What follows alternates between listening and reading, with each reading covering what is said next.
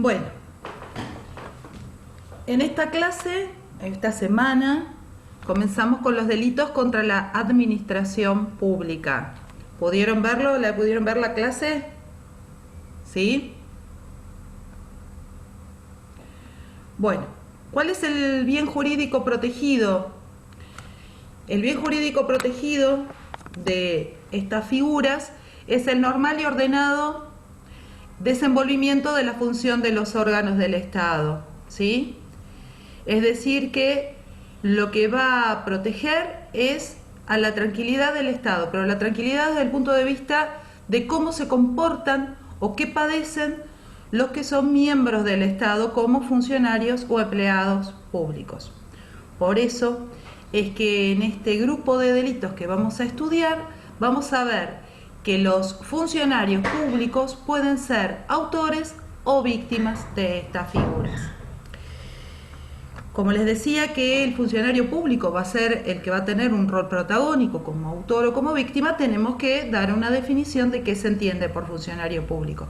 Y esa definición nos la brinda el propio Código Penal. En el artículo 77, que yo ya les había contado cuando hablamos de delitos contra la salud pública, que nos daba definiciones, nos va a decir que se entiende por funcionario o empleado público a toda aquella persona que va a participar en forma accidental o permanente del ejercicio de funciones públicas, y ya sea que este ejercicio lo haya adquirido por una elección popular o por un nombramiento de una autoridad competente.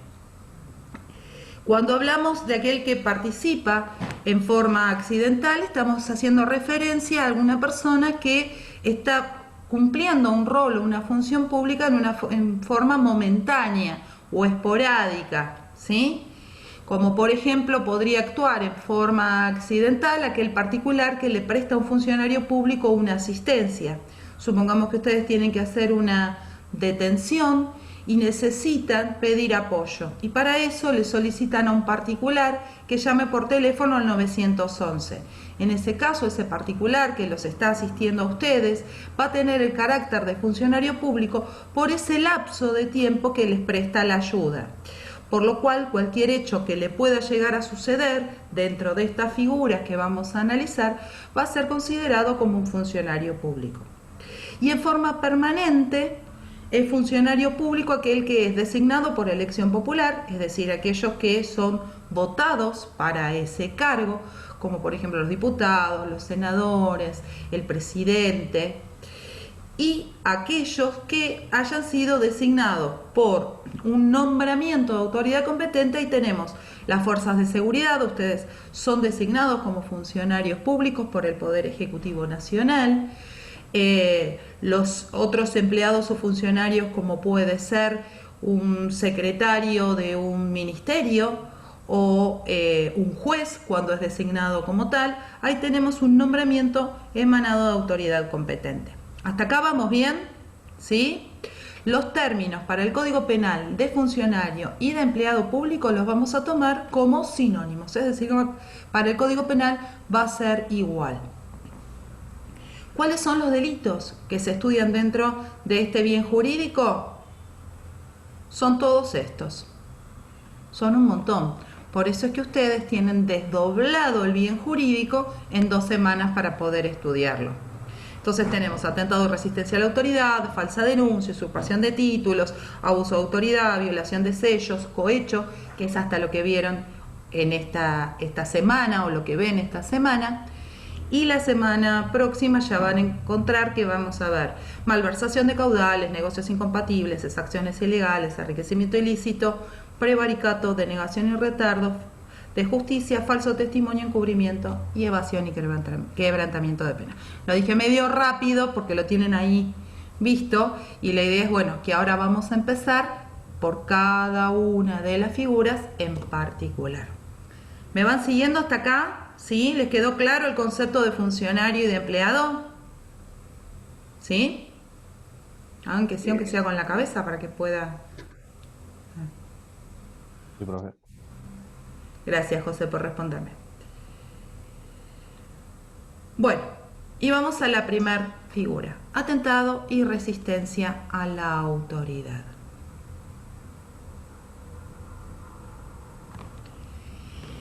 ¿Qué significa atentar? Atentar significa ir en contra, intimidar, forzar, exigir. ¿Qué es lo que se va a buscar en esta figura en particular? Oponerse a la autoridad, oponerse a la orden de esa autoridad, a la investidura, a lo que representa. Es atentar contra la autoridad, no dejarlo o exigirle que haga algo que es propio de sus funciones, ¿sí?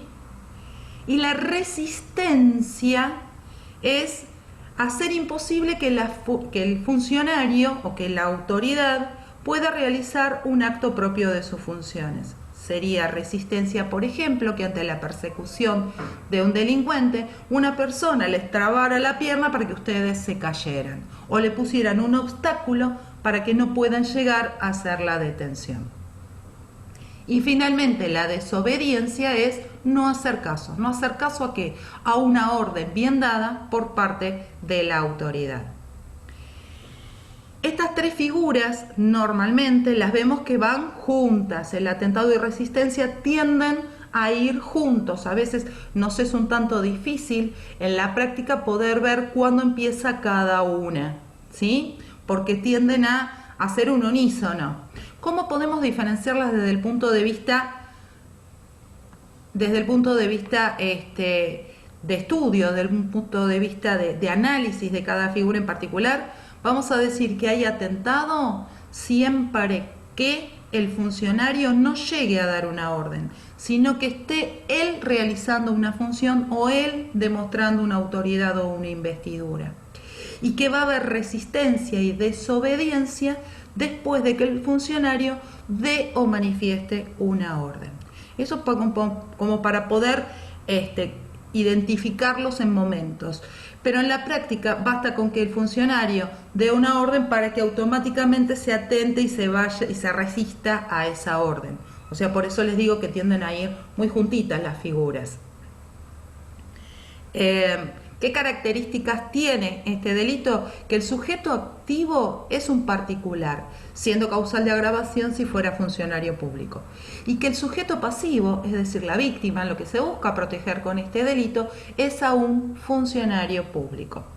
Es necesario que el autor conozca la condición del funcionario, es decir, que sepa que está yendo en contra, que está atentando con un funcionario público. Si desconoce esta situación, si él desconoce que está yendo contra un funcionario, contra una autoridad pública, no va a haber delito, ¿sí? Entonces, para que se pueda configurar esta figura, la víctima tiene que estar acreditada como funcionario, ya sea porque viste un uniforme o porque lleva algún tipo de insignia o de credencial. Muchas veces, sobre todo cuando trabajan en brigadas, suelen usar colgando la credencial, o pueden llevar un chaleco que diga, por ejemplo, PFA. Es decir, que el autor sabe efectivamente que va a ir en contra ese funcionario. ¿Quedó claro? ¿Sí? Estas figuras tienen agravantes. ¿Cuáles son los agravantes? Y son estos. Acá se los marco con el cursor. Uno de los agravantes es que el hecho se cometa a mano armada. ¿Esto por qué? Porque pone en disminución y lo obliga al funcionario o a la autoridad, si es que usa armas, a tener que usar la propia. Es decir, lo pone en riesgo en su vida o en su salud y lo está obligando a hacer uso de su propio armamento. Cuando decimos a mano armada estamos haciendo referencia no a cualquier elemento contundente, sino a un elemento que sea considerado arma. Es decir, que si yo voy contra una autoridad con una lapicera en la mano, no vamos a poder aplicar esta causal. Tendría que ir contra ella con un cuchillo o con un arma de fuego, es decir, con un elemento considerado efectivamente arma. ¿Se entiende? O sea, no es que una lapicera no pueda transformarse en un arma, pero para esta figura en particular tiene que ser un elemento que sea claramente un arma. Otra causal de agravación es que el hecho se cometa por reunión de 3 o más personas. Pone una vara alta. Fíjense que ustedes hasta ahora venían viendo que cuando se daban causales de agravación, salvo en lo que es la asociación ilícita agravada, la cantidad mínima de personas siempre nos dice el código 2 o más, 3 o más. Acá el mínimo, la vara me la sube a 4, porque me habla de más de 3 personas. Esto por una cuestión de superioridad numérica, que pese a que el funcionario pudiera estar armado, se puede ver sobrepasado por la cantidad de personas. Otra causal de agravación es que el hecho lo cometa otro funcionario público. Como ustedes habrán visto, desde el delito de homicidio hasta acá, cualquier hecho donde intervenga como autor un funcionario público es una causal de agravación. ¿Por qué? Por la investidura que él representa, porque está representando al Estado y a su vez por la confianza que todos depositamos en ese funcionario. Y la última causal de agravación es poner manos sobre la autoridad. Cuando decimos poner manos sobre la autoridad, lo que hacemos referencia es a efectivamente estorbar con nuestra mano su función. A ver, no estamos hablando de que sea un saludo afectuoso, hola, ¿cómo estás? Y darle un abrazo, sino que el funcionario está en pleno uso de sus funciones y yo con mi mano, sin necesidad de causar una lesión leve, ya lo estoy frenando, ya lo estoy entorpeciendo. Supongamos en una manifestación que ustedes estuvieran, no sé si les toca guardia de infantería y estar adelante de todo y vengan las personas y los empujen. Eso es poner manos sobre la autoridad. Es una forma de atentado. Si nosotros dejáramos que esto avanzara, se podría transformar en lesiones o muerte. ¿Quedó claro? ¿Sí? Insisto, no es que hay una cuestión afectuosa, nos vamos a saludar. Acá estamos hablando, estoy plantado como autoridad y otro no tiene por qué tocarme. Y cuando digo poner manos sobre la autoridad, es efectivamente llegar sobre el cuerpo de la autoridad o las cosas que la autoridad tenga en sus manos. ¿Sí? Si tuviera en sus manos un celular y vengo yo y se lo revoleo, se lo arrebato, se lo toco de la mano, lo tiro, entraríamos también en poner manos sobre la autoridad. ¿Queda claro? ¿Sí?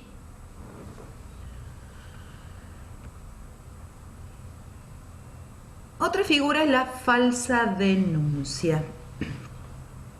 Denunciar, ustedes ya saben, porque lo vieron en derecho procesal, es contarle a la autoridad sobre la comisión de un hecho. Es necesario que el receptor de este relato, de esto que se está contando, tenga la autoridad o la investidura suficiente como para dar inicio a la acción penal. Es decir, que tenga la posibilidad de poner en movimiento a la justicia.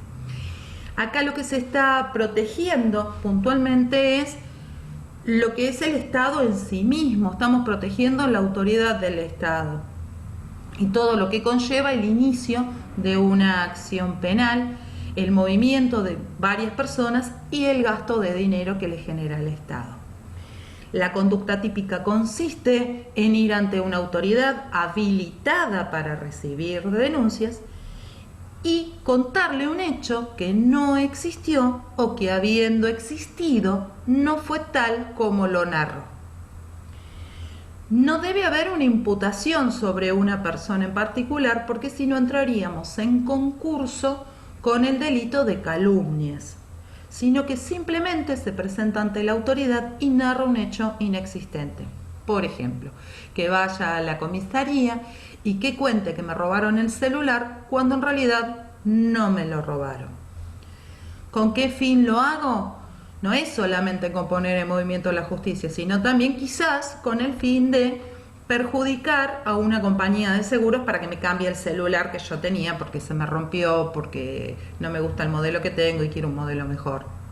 En ese caso, si estoy perjudicando a una compañía de seguros, entrará en concurso con el delito de estafa agravada a compañías de seguro. ¿Vamos bien? ¿Sí? Entonces, repito, ¿en qué consiste esta figura? En ir a contarle a la autoridad competente la comisión de un hecho delictivo no existente o que habiendo existido no es tan así. Estoy agregando cosas. Si vuelvo al tema del celular, podría ser que en vez de que lo quiera cambiar, yo misma lo haya perdido. Entonces estoy contando una desaparición, pero no porque me sustrajeron el elemento, sino por una distracción propia. ¿Se entendió? ¿Sí? Insisto, puede entrar en concurso con calumnias cuando imputamos ese hecho a alguien en particular. Si yo digo que Juan me robó el celular y Juan nunca me lo robó, estaremos en un concurso entre la falsa denuncia, porque fue y lo hice en una comisaría, y la calumnia. Le estoy imputando falsamente la comisión de un delito a Juan. Y si quiero perjudicar en el patrimonio a una compañía de seguros, como el caso de quiero que el seguro del celular me lo reponga, entraría esta figura en concurso con estafas agravadas. ¿Vamos bien? ¿Sí?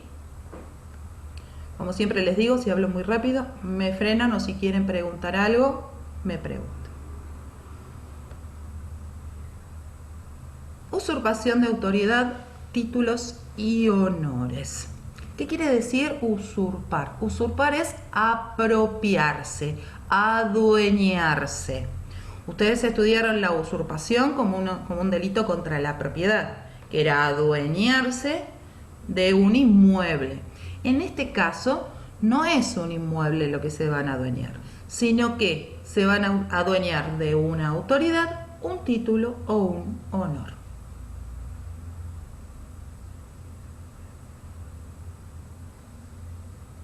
Usurpación de autoridad. ¿Qué es la autoridad? Es el poder que se tiene para hacer determinadas cosas. Dentro de ese poder que se tiene para hacer determinadas cosas, estamos hablando de la autoridad pública. Las conductas típicas dentro de usurpación de autoridad pueden ser la usurpación de función pública. ¿Qué es la usurpación de función pública? Es adueñarse, es apropiarse de un cargo o el desempeño de un cargo sin tener el nombramiento para poder hacerlo. Por ejemplo, supongamos que ustedes quieran ejercer funciones como ayudantes. Por ahora no pueden. Para poder ejercer función como ayudante, tendrán que tener el título habilitante. ¿Cuál es el título habilitante? Haber completado la escuela de cadetes, y que el Poder Ejecutivo Nacional les expida el nombramiento, que conlleva el título, de ayudante de la Policía Federal Argentina. ¿Sí? A ver, ustedes tienen un estado policial, ustedes están dentro de la institución, pero ¿qué es lo que les está faltando? Esa designación, ese título. ¿Sí? Entonces, estarían ejerciendo una autoridad que todavía no les corresponden porque están en formación. Otra posibilidad de abuso de autoridad es la permanencia ilegal en la función. En este caso, el sujeto activo está ejerciendo un cargo, una autoridad, en la cual ha sido dejado cesante. Es decir, se los aparta de la función, supongamos que se les da la baja como cadetes y ustedes siguen desempeñándose como si fueran cadetes, se siguen poniendo el uniforme, intentan entrar en la escuela, hacer toda la actividad como si todavía lo fueran. ¿Sí? La otra conducta típica dentro de este delito es el ejercicio de funciones correspondientes a otro cargo. Es funcionario, tiene una designación, pero no tiene la competencia, ¿sí?, para poder hacerlo. Ustedes tienen estado policial, pero lo que les dicen es, a ver, ustedes no pueden intervenir en hechos todavía. ¿Por qué? Porque están en formación. Es decir, que son incompetentes para poder ejercer todavía el cargo como policías, porque todavía están formándose. ¿Sí?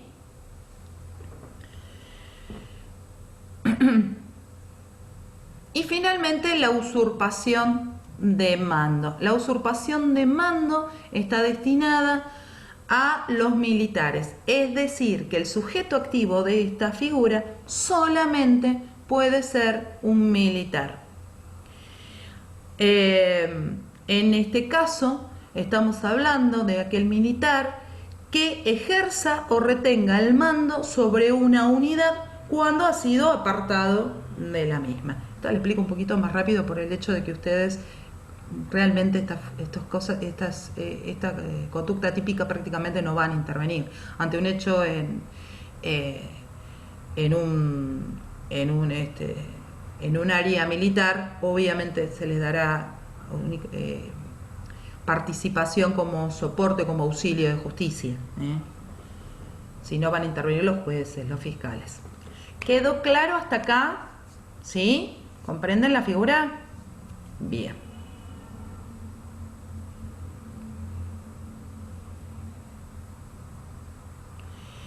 Y nos queda, finalmente, la usurpación del título y del honor.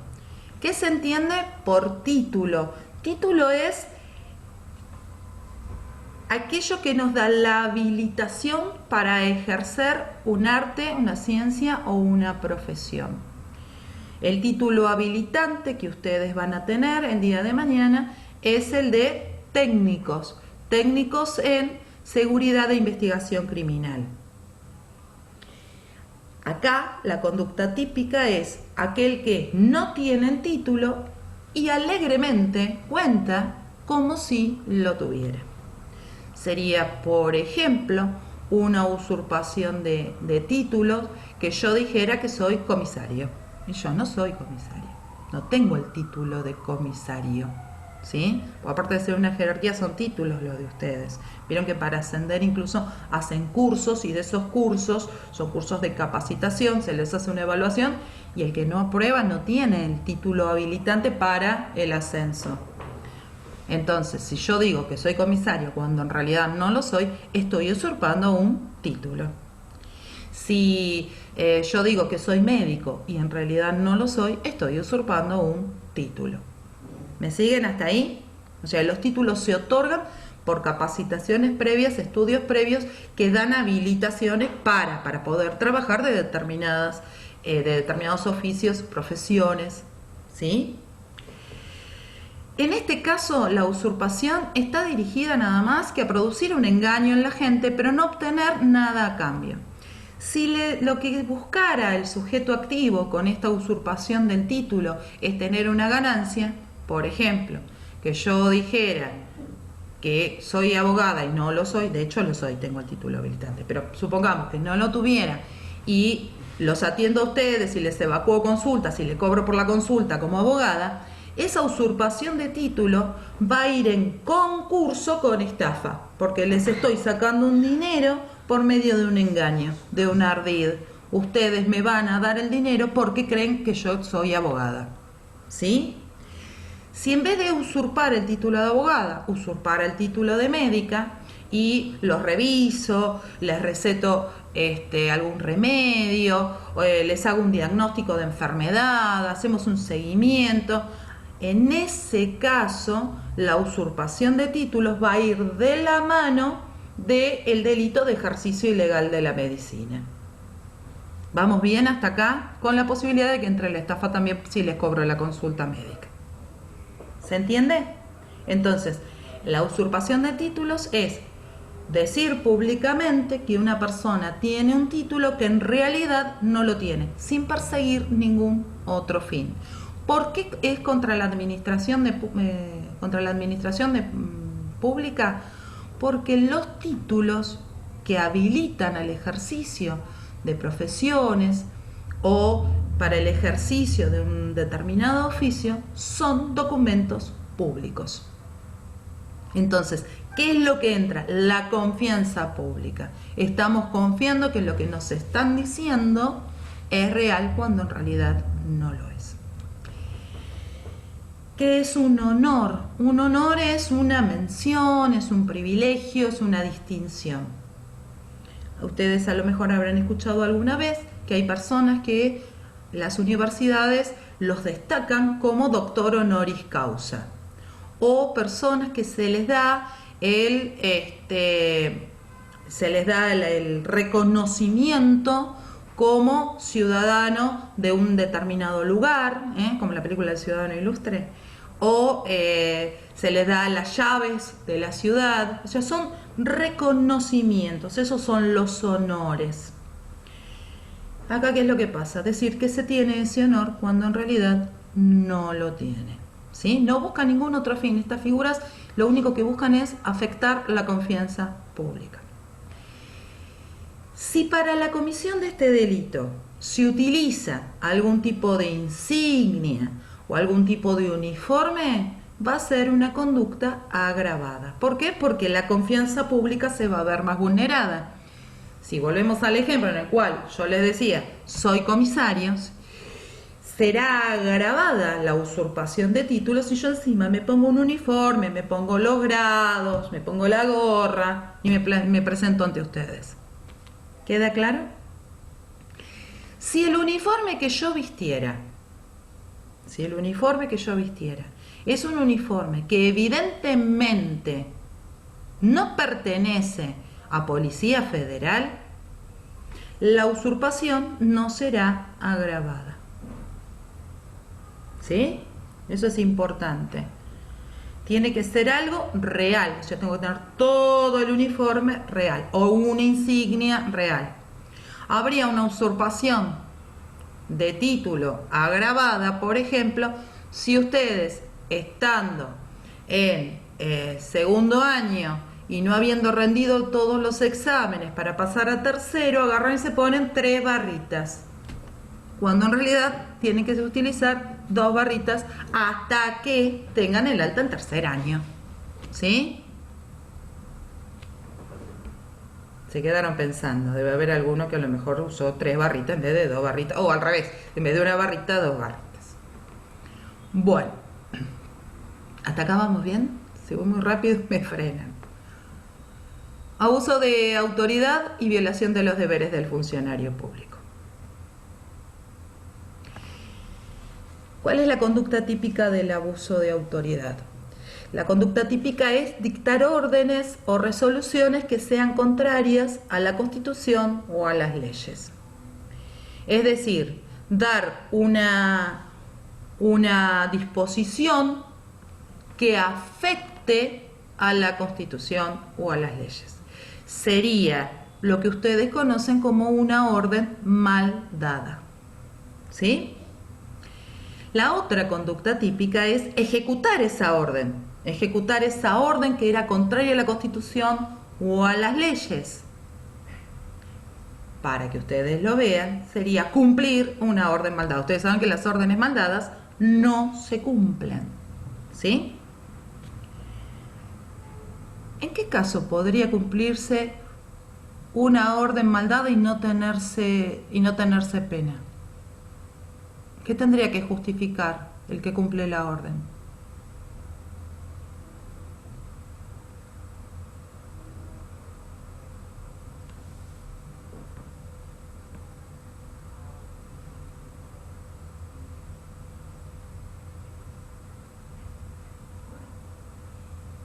Piensa.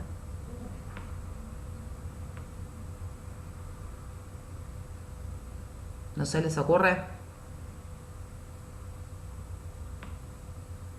Profe, ¿no se da en caso de que atente la vida de otra persona, como por ejemplo un nene que se encuentra en un vehículo y un personal policial lo ve y rompe la ventana? Está atentando contra un bien personal, pero es para salvar la vida de un tercero.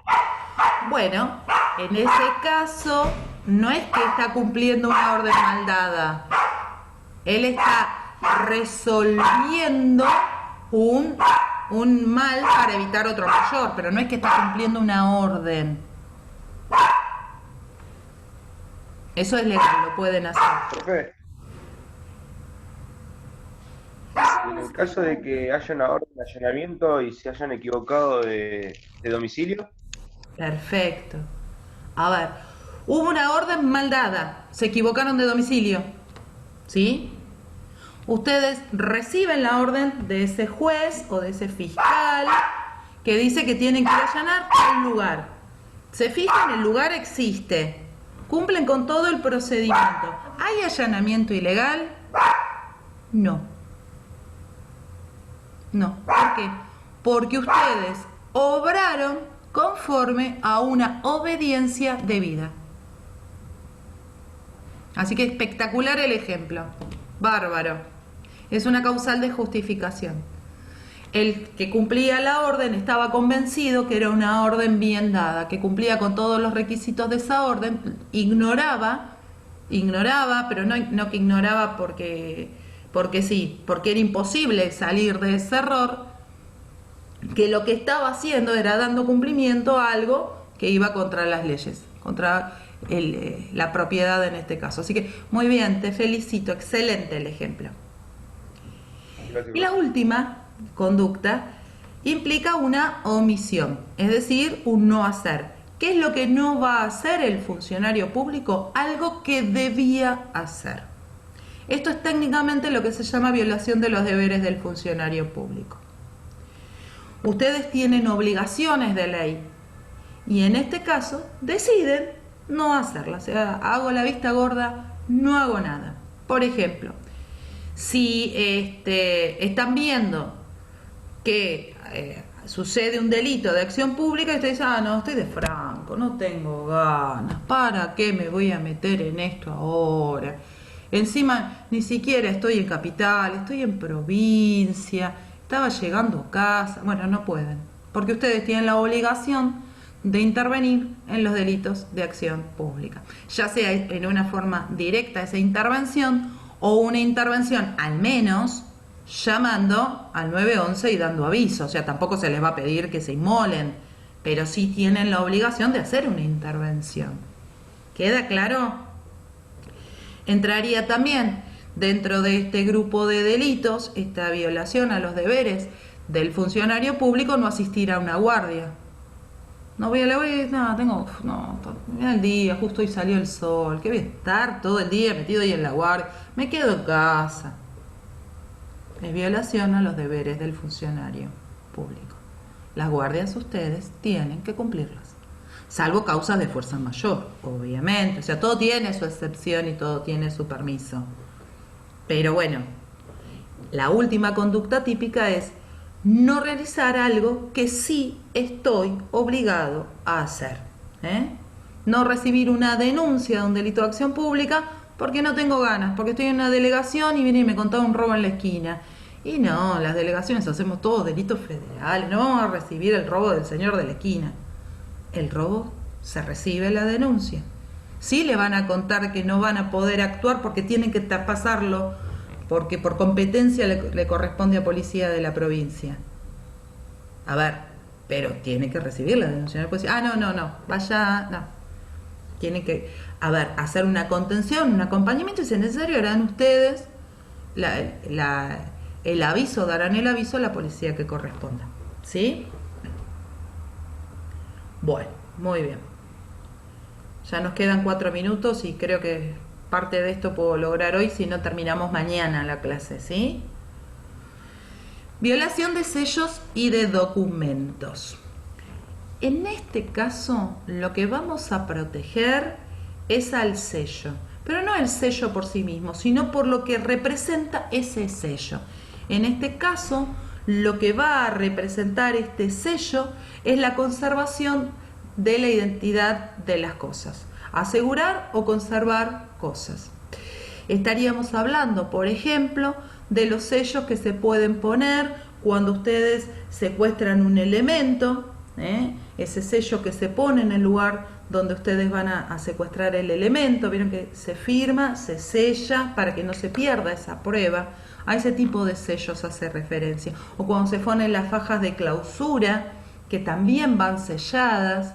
Bueno, a ese tipo de sellos. No le interesa a esta figura en particular violar un sello de un impuesto que se pagó en el banco. Eso se ve en fe pública. Acá lo que se está buscando, lo que se está protegiendo es esto de la conservación y de la identidad de las cosas. ¿Queda claro hasta acá? ¿Sí? Voy a dejar de grabar. Esta clase la vamos a continuar mañana, donde vamos a ver cohecho y tráfico de influencias. No se me vayan.